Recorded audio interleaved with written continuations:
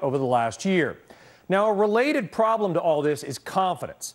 It doesn't matter really, right, how low rates go. If people are not confident about their own economic prospects or job security, they're not going to buy a house, right?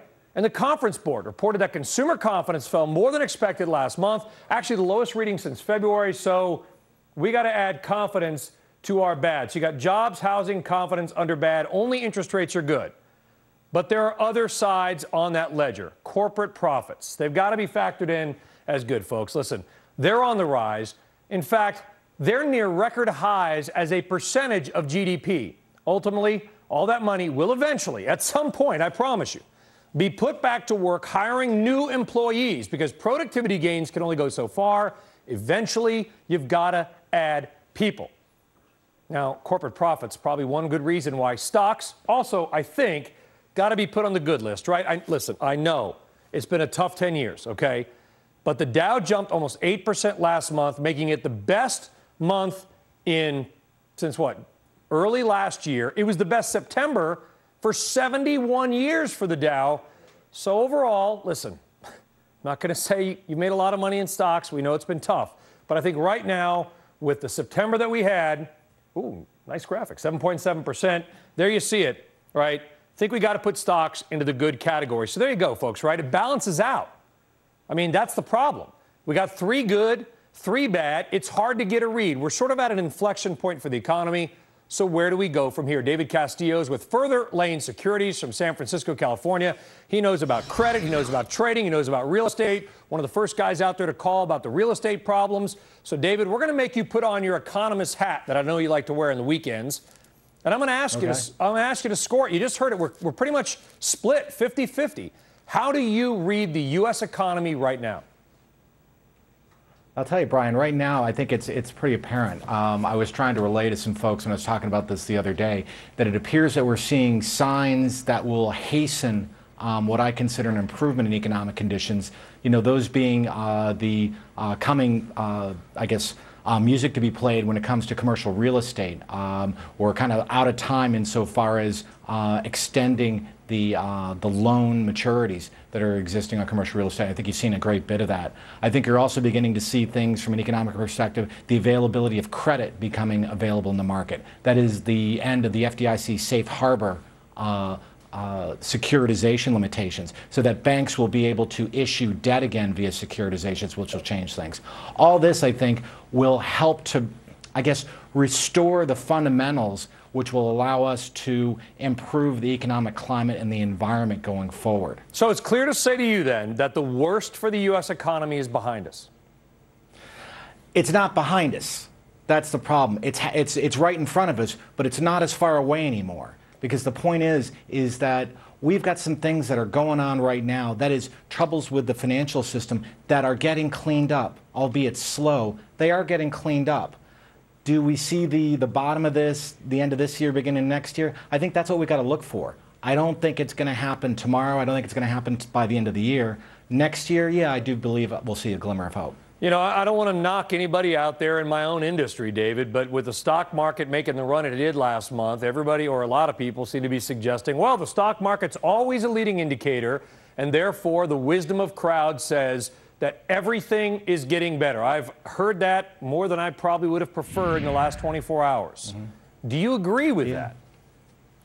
No, I don't. I think that the equity markets are in the business of creating transactions. I think the equity markets are in the business of trying to bet on the future and trying to get ahead of the curve.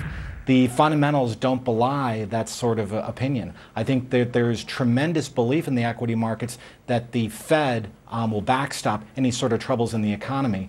But what I tend to read insofar as what the future holds is look at the yield on the 10-year Treasury. I mean, we're south of a 2.5%.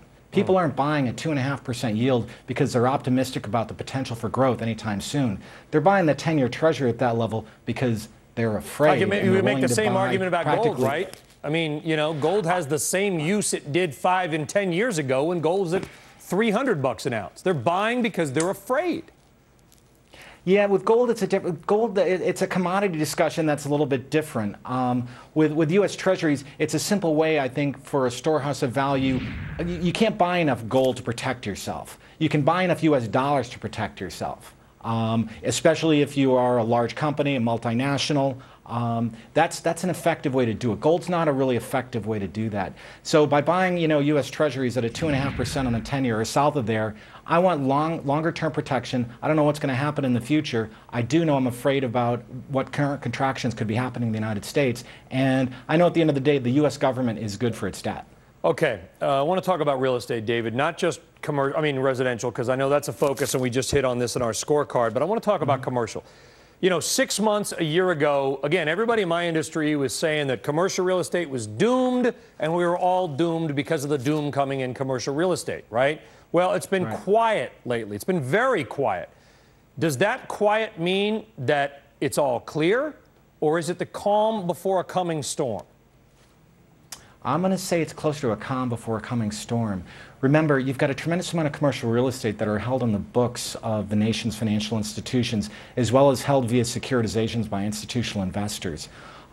This year, you've seen a tremendous amount of activity by the servicers, that is, the guys that collect the checks from the people that are residing their businesses inside these, commercial properties, and trying to negotiate with them to find a way to either get them current, get them paid, or find a way to refinance them.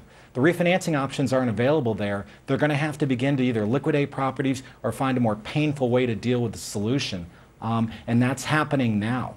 But has it hung? It seems to have hung on. You're going to hear more about that. It seems to have hung on a little longer than many people thought it would. I mean, some of these banks have weathered it, right?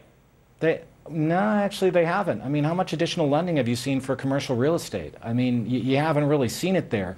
We saw securitization issuance of CMBS in 07, at well over $300 billion, and we haven't seen a tenth of that over the last 2 years.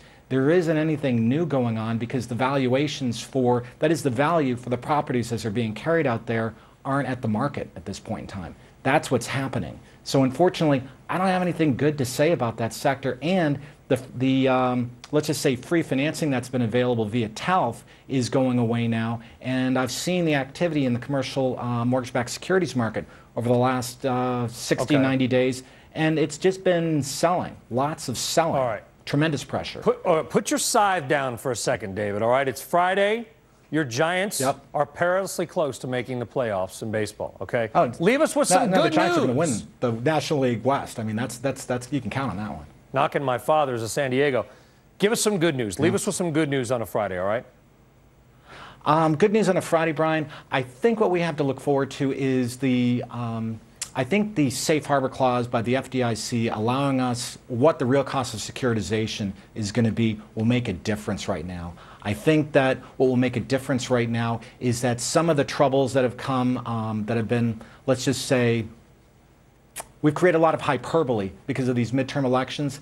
That's going to go away. The uncertainty of the regulatory process, because we're not going to have like a single party controlling the legislative process. That's good news, I think, for the United States right now. We need that dissenting vote in there, and we need businesses to feel confident that any new regulation coming down the path is not going to be unreasonable. And that's been their fear. That's what's been going on. I think once we get through these midterm elections, I see good things beginning to happen.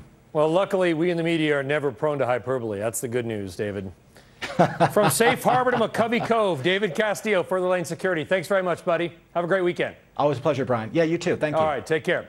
All right, on deck, we're going to talk more about this stock market run, right? We got Sandra Smith on stocks. Mark Zandi of Moody's will give us more on our economic scorecard. And please, everybody, ignore the man behind the curtain. Tim Geithner in a closed-door meeting right now. That curtain will open up. And when it does, we're going to bring you there. And I promise you, you'll see me make a waffle. Stick around.